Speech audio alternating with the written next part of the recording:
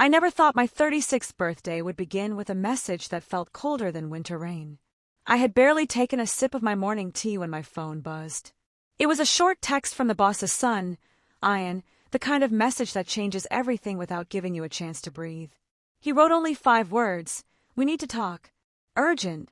No birthday wish. No hint of what was coming. Just a command, sharp enough to slice through any peace I had that morning. I stared at the screen, feeling a knot tighten in my stomach. Something wasn't right.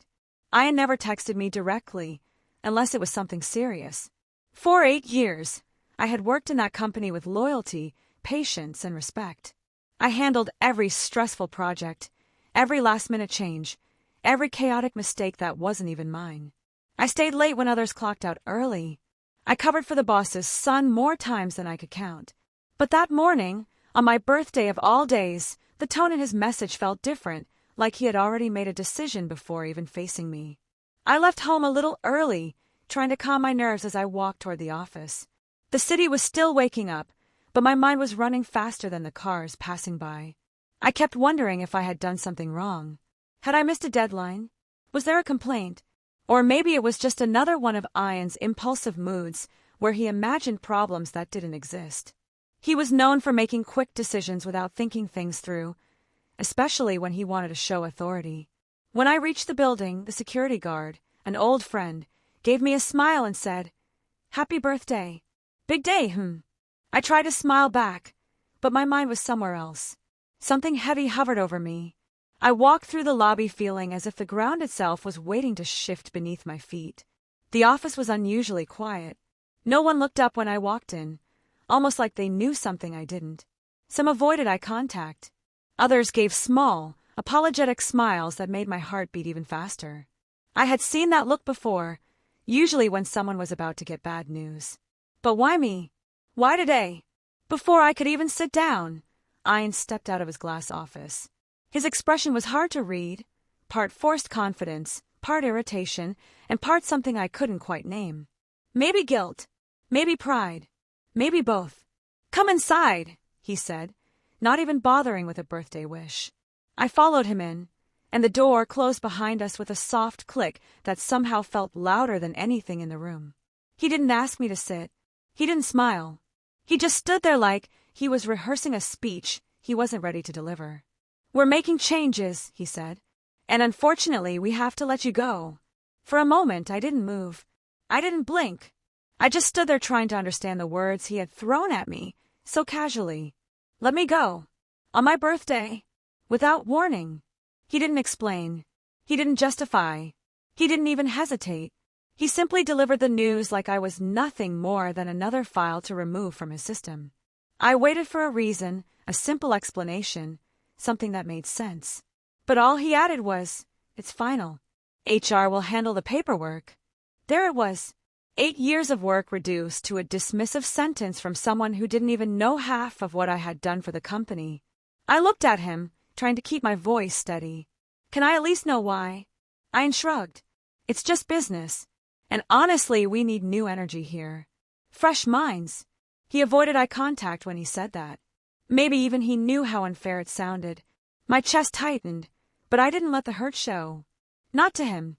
I nodded slowly, turned around, and walked out.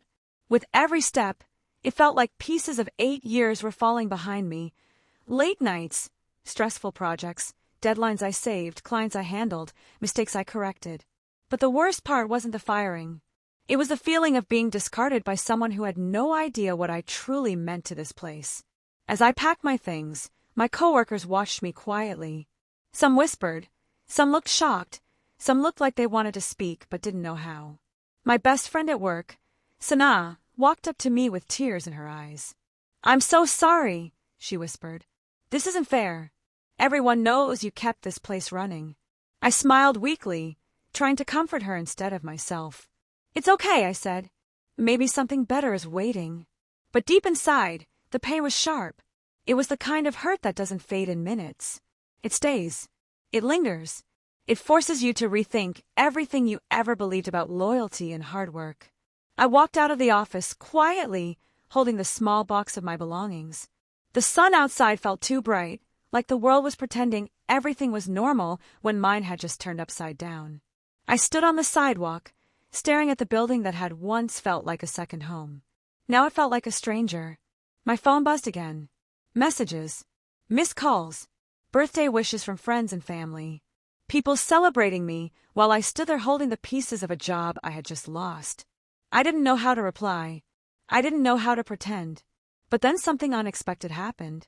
Something that shifted the story completely. A moment that turned my birthday loss into the beginning of something far bigger. It started with one call. A call Ian never expected me to get. A call that carried a surprise he would never see coming. A surprise that would change everything. For him, for the company, and for me. And when I picked up that call, the person on the other end said something that made my heart stop, my eyes widen, and my anger turn into quiet, powerful determination.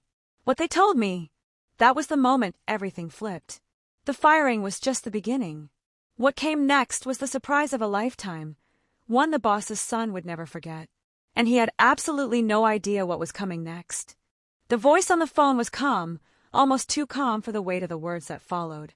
I stepped away from the busy sidewalk, pressing the phone closer to my ear as if distance could change what I was hearing. The person introduced themselves quickly, but my mind froze on the part that mattered. They wanted to meet me today. And not just anywhere. They asked me to come to a location connected to the company's earliest days, a place I hadn't heard mentioned in years. A place even Ian barely knew existed. My pulse picked up. There was no explanation, no details, no reason why they needed me specifically. Just a simple sentence that held more power than anything Ian had thrown at me that morning.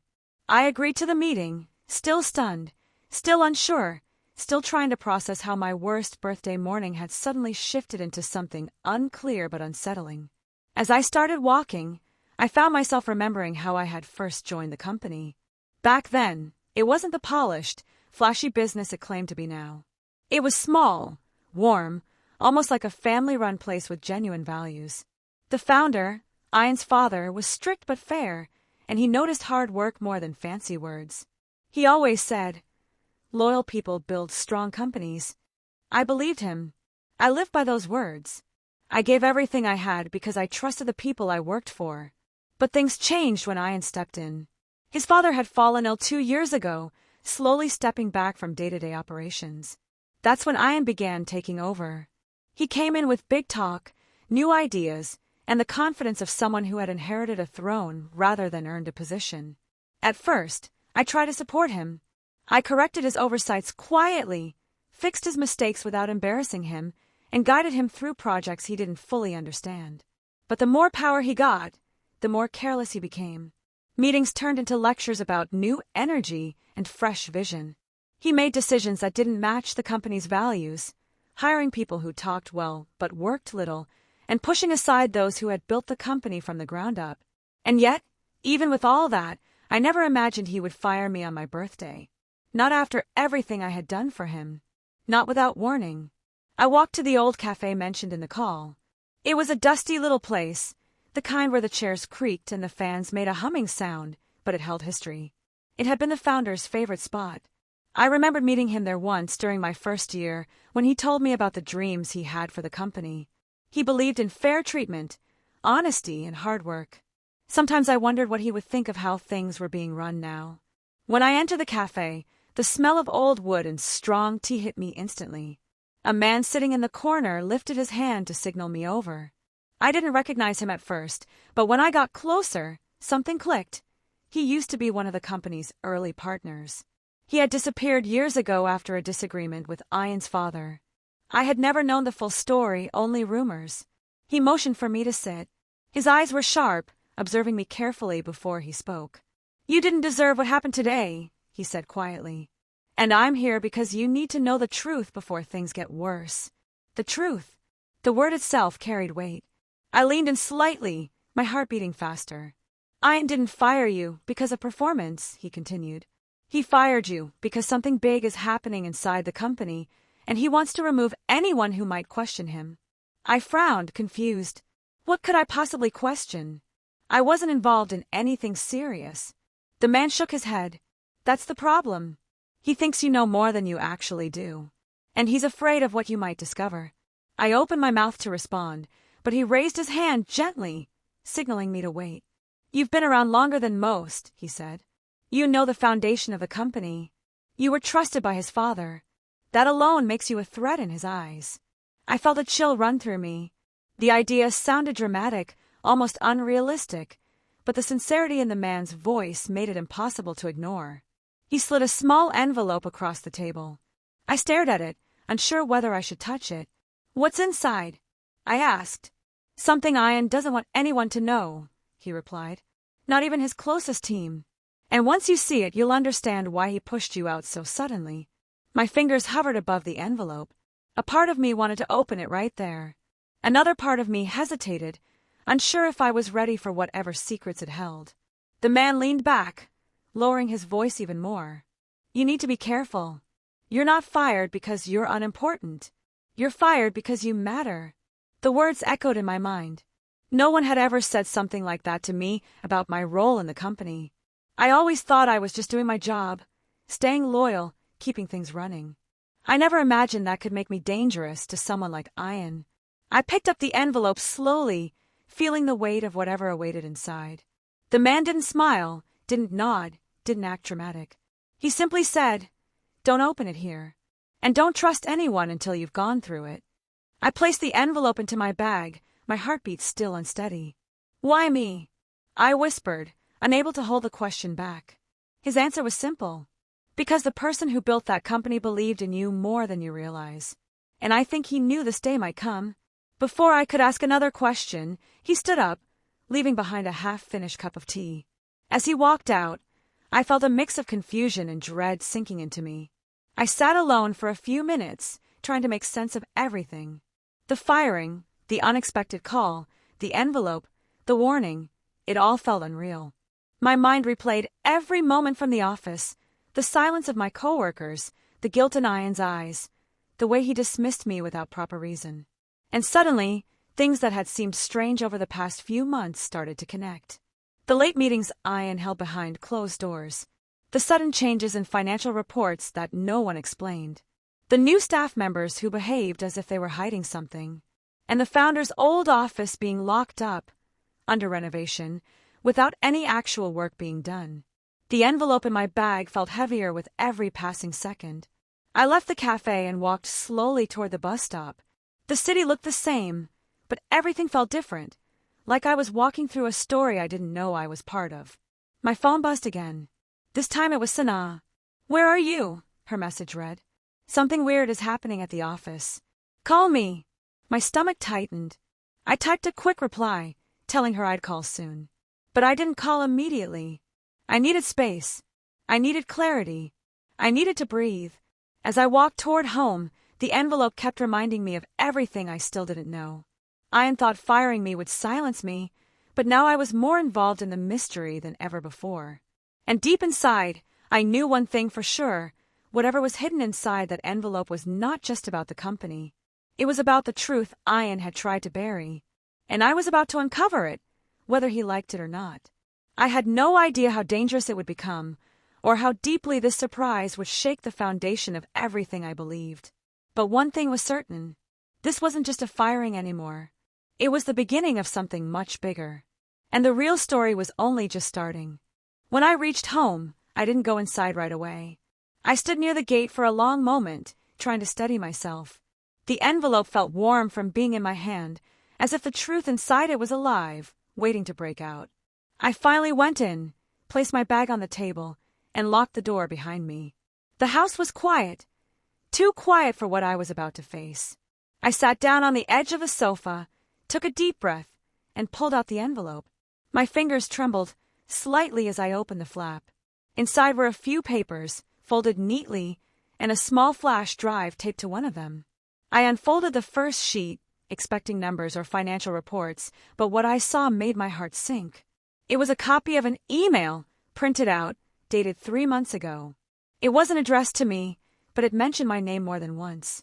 The sender was a consultant the company had hired recently, a man who barely spoke to anyone. The email said that my access to certain files should be restricted, that I should be phased out carefully. That I knew too much about ongoing decisions and could become an obstacle if left inside the system. My chest tightened as I read the words again. An obstacle. That's what Ian had reduced me to. Not an employee, not a person, not someone who had given years of loyalty. Just a problem he wanted removed. The second paper was a short memo and signed, but clearly written in Ian's tone. It mentioned internal redirection of funds, external partnerships, and temporary misalignment in audit trails. I wasn't an accountant, but even I could tell the language was off. It sounded like something someone would write when they were hiding transactions behind complicated phrases. I picked up the flash drive next. I wanted to plug it in immediately, but fear held me back for a moment. Whatever was inside could change everything. My view of the company, my view of Ian, even my view of the founder. But I couldn't stop now. Not after coming this far. I connected it to my laptop. It took a few seconds to load, and the whole time I felt my heartbeat pounding like a drum inside my chest. A single folder appeared on the screen. Inside it were scanned documents, contracts, emails, meeting notes. Some were blurred, some clear, some partially hidden. But one thing connected them all. Ian's signature was everywhere. And many of the documents mentioned a project I had heard rumors about, a special contract with a foreign partner that the company kept secret from everyone except upper management. I had never been allowed to see details, but I remembered overhearing a heated argument once between Ian and the finance director. Something about numbers not matching and deadlines they couldn't meet. At the time, I thought it was just another one of those corporate miscommunications. But now, seeing these documents, it felt darker. I closed the laptop slowly, letting the weight of everything settle inside me. This wasn't just about my firing. This wasn't about performance or attitude or fresh energy. This was about something Ian wanted to protect, something he didn't want anyone questioning. And by removing me, he thought he had cleared his path. But the truth was, his decision had done the opposite. He had pushed me into the center of the very thing he was trying to hide. My phone buzzed again. A message from Sana. Please call me. Something is off. This time I didn't delay. I called immediately. She answered on the first ring, her voice shaky. You're not going to believe what's happening, she said. Ian has been in a terrible mood all day. He's checking everyone's screens, asking who you talked to before leaving. And he asked me if I knew where you went after work. My stomach clenched. Did you tell him anything? Of course not, she said. But he's nervous. He's scared of something. He even had IT scan your emails to see if you downloaded anything. I didn't, I said, though the flash drive in my hand felt like a burning secret. I know, she whispered. But that's what makes it strange. Why is he panicking this much over you leaving? People get fired all the time, but he's acting like you took something important. I didn't respond right away. My silence told her enough. Are you safe? She asked softly. I exhaled slowly. I think so. For now. There was another pause. Then she added, Listen, something else happened. The founder's old assistant came today. She asked about you. She looked upset when she heard what happened. The founder's assistant. She hadn't been around the office in almost a year. She was one of the few people deeply trusted by the old boss. What did she want? I asked. She didn't say, Sana replied. But her exact words were, he shouldn't have done this today. Not today. She kept repeating it. A chill ran through my spine. Today. My birthday. The day I got fired. The day the call came. The day the envelope reached me. Were these things connected? Did the founder plan something before stepping back? Or did he leave instructions for someone to give me this information if something went wrong? Before Sana could say more, I heard a sound outside my house, footsteps, faint but deliberate. My curtains were slightly open, and I quickly moved to the side to avoid being seen. I whispered, Hold on, and peeked outside. A black car was parked across the street. Not unusual, but what made my heartbeat quicken were the two people standing beside it. They were looking directly at my home, talking to each other in hushed tones. One of them held something that looked like a file. The other glanced up at my window. I stepped back immediately. Someone's outside, I whispered. Sana's voice tightened with fear. Who? I don't know, I said. But I think they're here because of the envelope. The tension in the air was sharp, like the moment before a storm breaks. "Lock your doors," she whispered. "I'll figure out what's happening inside the office. Just be careful." I hung up and moved quietly around the house, checking windows, closing curtains, and locking everything twice. I didn't know who those people were, but instinct told me they weren't there for anything friendly. The envelope, the flash drive, the documents, they all pointed toward something bigger. Something dangerous. And Ian, in his panic, might be trying to cover his tracks. I went back to the sofa, my hands slightly cold now. The laptop sat in front of me, still holding secrets that threatened to spill over. My mind raced through possibilities. What did Ian do? What was he hiding? Why was I suddenly a threat to him? And why were people outside my house on the same day I learned the truth? I didn't have answers yet, but one thing was clear. This wasn't just a conflict at work. It wasn't just a firing. It wasn't just office politics. This had turned into something larger, something with layers of secrets, people watching, and decisions made in shadows. And somehow, I was now at the center of it. I didn't know how far it went, or how dangerous it could become, but I knew one thing without any doubt. The real conflict had only just begun. Night settled over my house like a heavy blanket, but it didn't bring any peace. The black car outside had left after a few minutes, yet I couldn't shake the feeling that someone was still watching. Every sound, the ticking clock, the distant barking of a dog, even the wind, felt sharper, as if the world itself was warning me to stay alert. I sat on the sofa with the flash drive in my hand, unable to focus on anything else. The documents I had already seen were enough to expose Ian for hiding major company dealings, but the folder still had unopened files. Part of me wanted to ignore everything, pretend the day had been normal, pretend that I could move on with life. But the other part, the part that had spent 8 years working honestly, refused to step back. I plugged the flash drive in again. There was one audio file I hadn't clicked on earlier. It was labeled only with a date, 2 weeks before I was fired. My heartbeat quickened as I pressed play. A faint hum filled the speakers, then voices. Ian's voice came first, annoyed and impatient. "We can't let anyone from the old team see these numbers," he said. "Especially not her." My stomach twisted. I knew exactly who he meant. Another voice responded, older, calmer, almost tired. "But she's been here the longest. She knows the system better than all of us." "That's exactly the problem," Ian snapped. "She'll notice the gaps. She'll start asking questions. And once she does, the founders will hear about it." Founders? Plural. I had always thought the father was the only real founder. But the man in the cafe, the early partner, had left the company long before I joined. Why did Ian fear him returning? What was he hiding from those older investors? A chill ran down my spine. The clip continued, their voices lower now but still clear. "What about the audit?" the older man asked. "We'll adjust it," Ian replied. "By the time anyone notices, the deal will be finalized. And she'll be gone." The audio ended with the sound of footsteps, then silence. I stared at my laptop, my hands cold. Ian hadn't fired me randomly. He hadn't fired me because of new energy or business decisions or company restructuring. He had fired me because I was close, too close, to discovering what he had done. I leaned back, trying to breathe, trying to understand the mess I was caught in. This wasn't just corporate drama anymore. This was deception, hidden deals, secrets meant to stay buried. And my name had been dragged into it without my permission.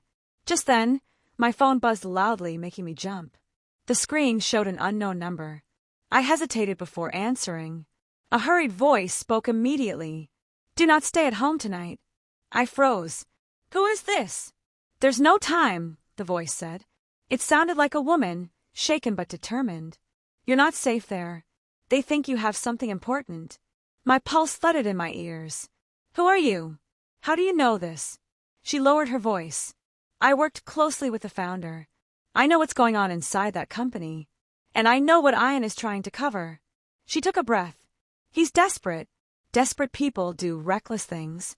My throat tightened. "What am I supposed to do?" "Go somewhere public," she said. "Somewhere they can't corner you. And don't talk to anyone you don't trust." Before I could ask more, the call ended.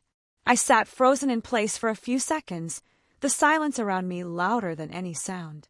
My home, my safe space, suddenly felt like a trap. I grabbed my bag, the flash drive, my keys, and stepped outside quietly. The street was empty, but the tension in the air felt alive. As I walked toward the main road, a car engine started nearby. I didn't turn around. I didn't want to know who it was. I walked faster, keeping my head down. I reached a crowded marketplace lit by fluorescent lights and full of evening chatter. It was the only place that felt safe. Voices, footsteps, people passing by. I blended in, yet my heart hadn't stopped racing. I found a corner seat at a small tea stall. The owner nodded at me and prepared a cup without asking. Maybe he sensed something in my face. Stress, fear, exhaustion. The kind of look people carry when life has suddenly spun out of control. My phone buzzed again. This time it was Sanaa. "Where are you?" she texted. I typed back. "Busy." "Are you okay?" Her reply came instantly. "Not really. Ian has been asking about you all evening. He even told IT to track your last login on the company network. And listen, something else happened." I felt my stomach drop. "What happened?" "He found out someone leaked old files," she wrote. "He thinks you had help from someone inside. And he's furious." My fingers tightened around the phone.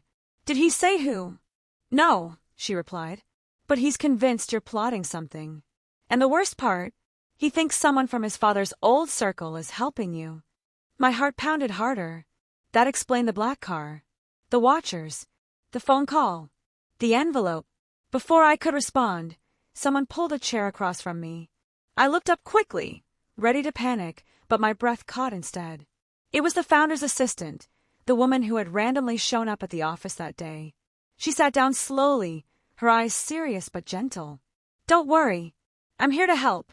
My mind raced. "Why? Why me? Why today? What's happening?" She took a deep breath. "Because you were the one person the founder trusted the most. And he left something behind, something meant for you." I felt my pulse quicken with every word she spoke. "What did he leave?" I whispered. She reached into her bag and slid a small, sealed envelope toward me. It looked older, edges slightly worn, like it had been kept hidden for a long time. "This," she said softly, "was written months before he fell ill. He knew something wasn't right. He knew Ian was changing. And he predicted that someday you might be the only one brave enough, or loyal enough, to uncover the truth." I stared at the envelope, my hands trembling. I wasn't ready to open it. Not yet. My heart was racing too fast. My mind was spinning with the weight of everything spiraling around me. The founder's assistant leaned closer. "Once you read this, everything will make sense. But be careful. After tonight, nothing will be the same." Before I could respond, someone from across the street shouted a name, Ian's name. My head snapped up. A few men were hurrying down the road, looking around anxiously. The assistant grabbed my wrist tightly. "We have to go. Now." My breath caught. This was it. The moment everything collided.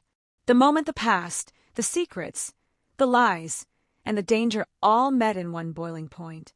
I clutched the founder's envelope, the flash drive still in my bag, and followed her as she pulled me into the shadows behind the marketplace.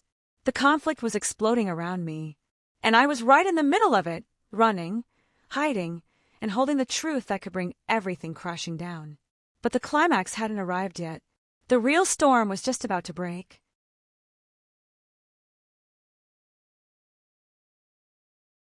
The night felt calmer, almost as if everything had finally started to settle, but the peace didn't last long. Just when the characters thought they understood who was behind the betrayal and why it happened, a new piece of information surfaced, one that didn't fit anywhere. It began with a single notification on the protagonist's phone, a short message from an unknown number containing only 5 words. "You're trusting the wrong person." At first it seemed like a prank, but the timing was too perfect to ignore. The message arrived only minutes after the team believed they had identified the person responsible for the original sabotage. The sudden warning created a sharp tension in the air, as if the ground beneath them had shifted again. The protagonist tried to shake it off, but the words kept echoing in their mind.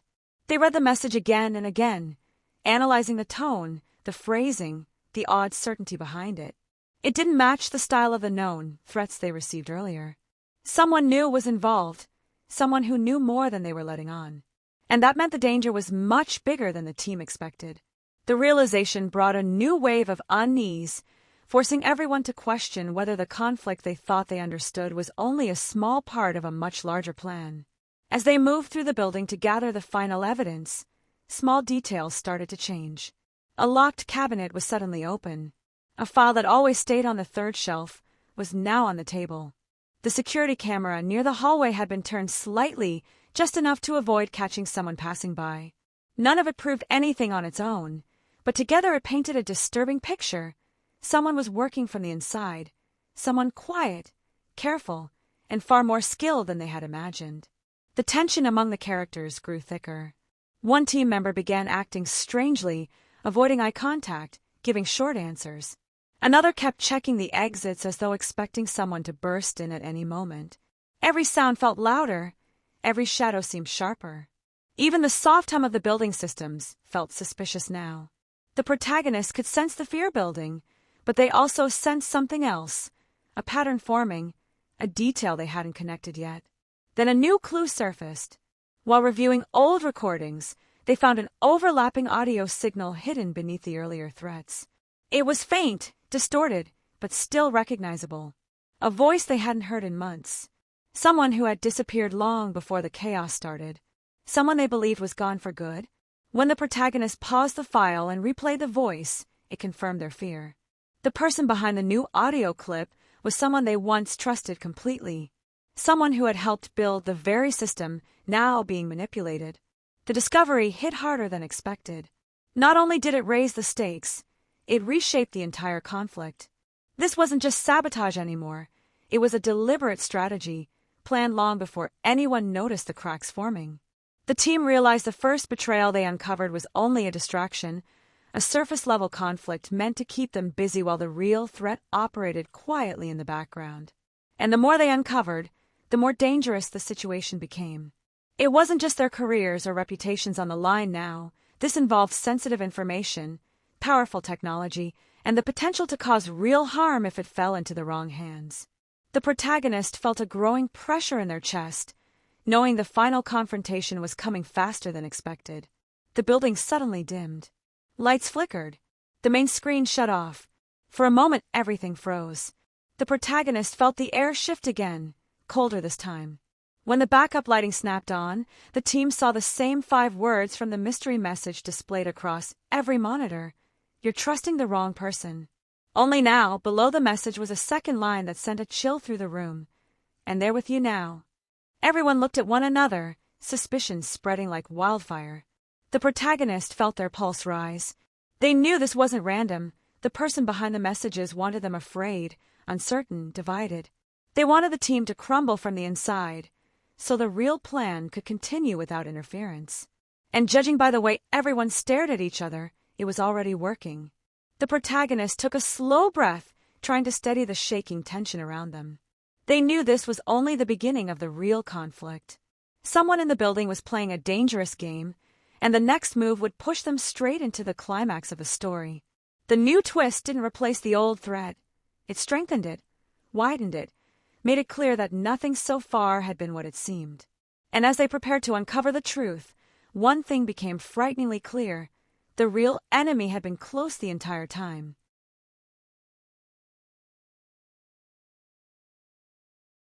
The room stayed silent for a long moment, everyone frozen under the glow of the warning flashing across the screens. The protagonist felt the weight of every stare, every breath, every doubt filling the space. But something inside them clicked, a memory of a tiny detail they had ignored earlier. It wasn't the message itself that mattered. It was how it appeared. No outsider could hack the internal system that quickly. Only someone who already had access could pull that off. Their eyes drifted across the team, landing on the one person who had been acting strangely all day. The same person who quietly shifted files, adjusted cameras, and always seemed to be in the right place at the wrong time. The tension broke when the protagonist finally spoke their name. The whole room turned toward them, and for the first time, the person didn't try to hide their expression. They looked almost relieved, like the moment they had been waiting for had finally arrived. Before anyone could react, the building doors locked with a heavy click. The screens changed again, this time showing a live feed from the control room. And there, standing calmly with their hands on the main console, was the voice behind the distorted audio, the person who had disappeared months ago. They weren't gone. They were working with the insider, operating everything from the shadows. The shock hit the team all at once. The betrayal wasn't just one person, it was a plan crafted by people who once stood beside them. The protagonist stepped forward, calling out to the insider, trying to understand why they did it. The answer came slowly, with a shaky breath.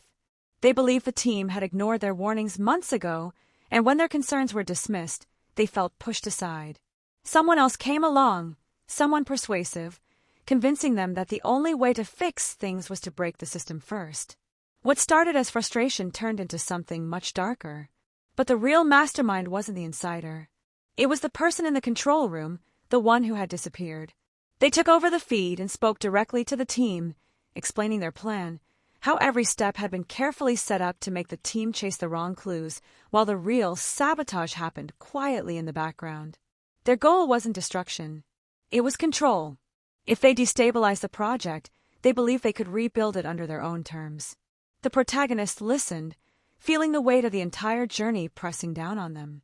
They knew talking wouldn't solve this anymore. So they made a bold move. Using a manual override hidden behind one of the panels, they cut the external connection, isolating the control room from the system. The screens flickered, the feed vanished, and for the first time since the chaos began, the building went still. The insider panicked, realizing they had lost their advantage.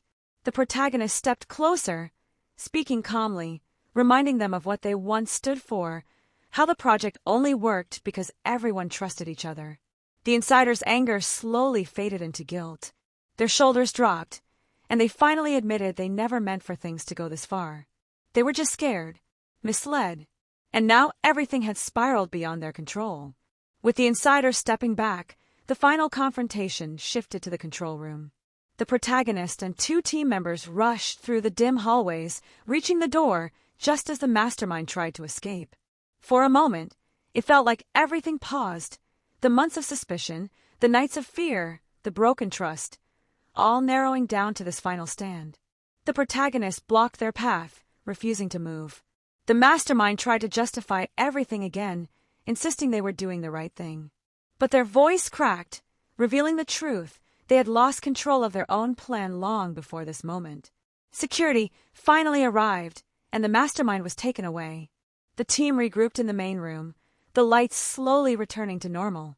It felt like a heavy storm had passed, leaving behind relief mixed with exhaustion.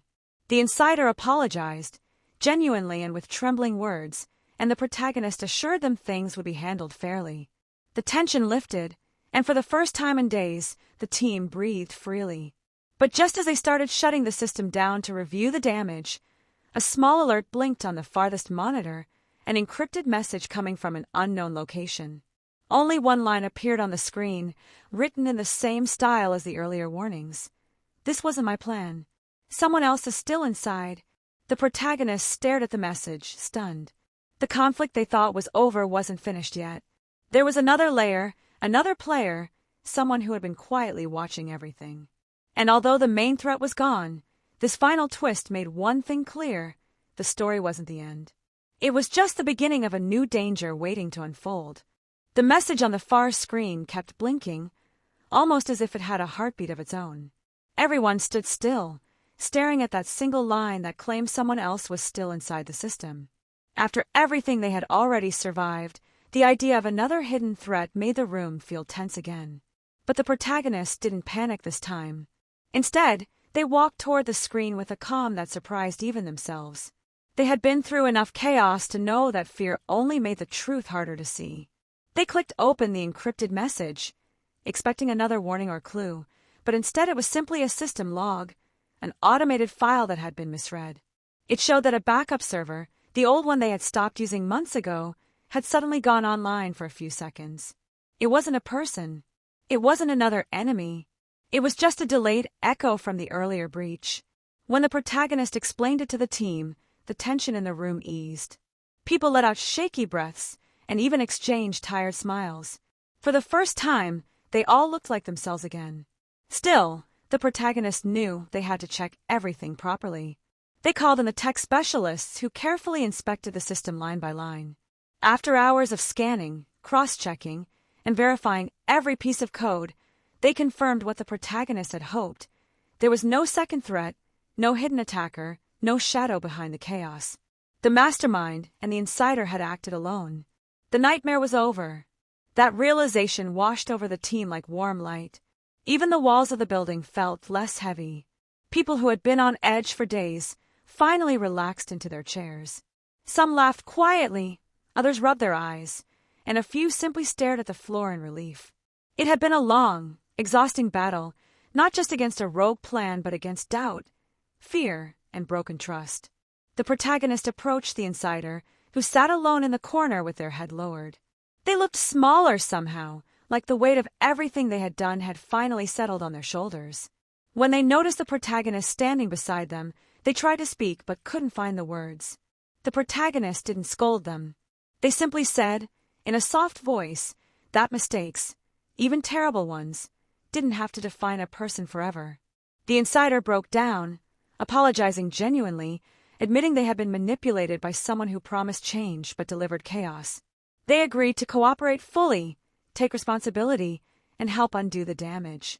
The company's security escorted the insider away, not harshly but respectfully. They understood the difference between a villain and a person who had lost their way. And the protagonist hoped that someday the insider would rebuild their life with honesty and clarity. As the sun rose outside the tall windows, the team gathered for a final debriefing. The night had been long, but dawn felt like a reward. They talked through every step, piecing together how the mastermind had planned everything. From fake logs to twisted stories to convincing speeches, they saw how simple doubts had turned into a chain reaction. It was painful to face, but necessary. They wanted to learn from it, so they could protect their project and each other in the future. After the meeting, the protagonist finally stepped outside. The morning breeze felt different, cleaner, softer, like the world had reset itself. They walked slowly through the parking lot, letting their mind replay everything. They had been fired on their 36th birthday, humiliated by the boss's son, pushed aside when they needed understanding the most. Yet, here they were, standing strong, the one who had solved the mystery, protected the team, and uncovered the truth. It wasn't revenge anymore. It was growth. A message buzzed on their phone. It was from the boss's son, the same person who had thrown them out without thinking twice. But this time, the message wasn't arrogant or dismissive. It was an apology. A long, sincere apology. He admitted he had judged them unfairly, acted out of pride, and believed rumors instead of facts. He wrote that watching the protagonist fight for the company, even after being treated so poorly, had changed him.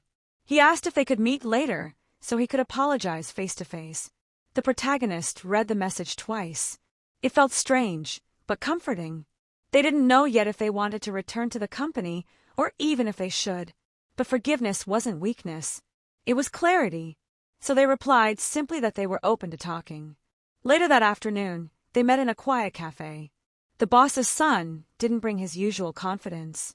He sat with his shoulders slightly hunched, choosing his words carefully. He explained how he had been under pressure to prove himself, how insecurity disguised itself as authority, and how firing the protagonist had been one of the biggest mistakes of his life. He promised he would make it right. The protagonist didn't need grand gestures. They just needed honesty. And for the first time, they saw genuine humility in the boss's son. They talked for a long time, not about the chaos, but about respect, leadership, and the importance of listening. By the end of the conversation, something unexpected happened. The protagonist felt lighter. Not because everything was perfect, but because they had closed the wounds that had been left open for too long. Days passed, and the company reached out again. They offered the protagonist their position back, this time with full authority, freedom to rebuild their team, and support to enhance the project with the lessons they had learned. It was a tempting offer, but the protagonist didn't accept immediately. They needed space to think. They walked through old memories, weighed the stress against the growth, and listened to what their heart quietly wanted. Finally, after long reflection, they returned, not because they felt obligated, but because they believed in the work, in the people, and in the chance to create a healthier environment. The company welcomed them warmly. Even the boss himself shook their hand, thanking them for saving what could have been a disaster. And so the new chapter began. The protagonist rebuilt the team with more honesty, better communication, and stronger trust. They created clear systems to prevent manipulation, encouraged open conversations, and made sure no one ever felt dismissed the way the insider once had. This became their mission, not just to succeed, but to protect the people who made success possible. The project launched months later, stronger than anyone expected.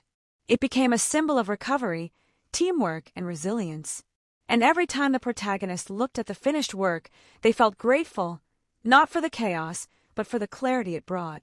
The story ended not with revenge or anger, but with growth, forgiveness, and understanding. The protagonist realized that sometimes life breaks you just enough to rebuild you stronger. Being fired on their 36th birthday had felt like the worst moment of their life. But it turned out to be the doorway to everything they truly needed: purpose, respect, and the courage to stand up for themselves.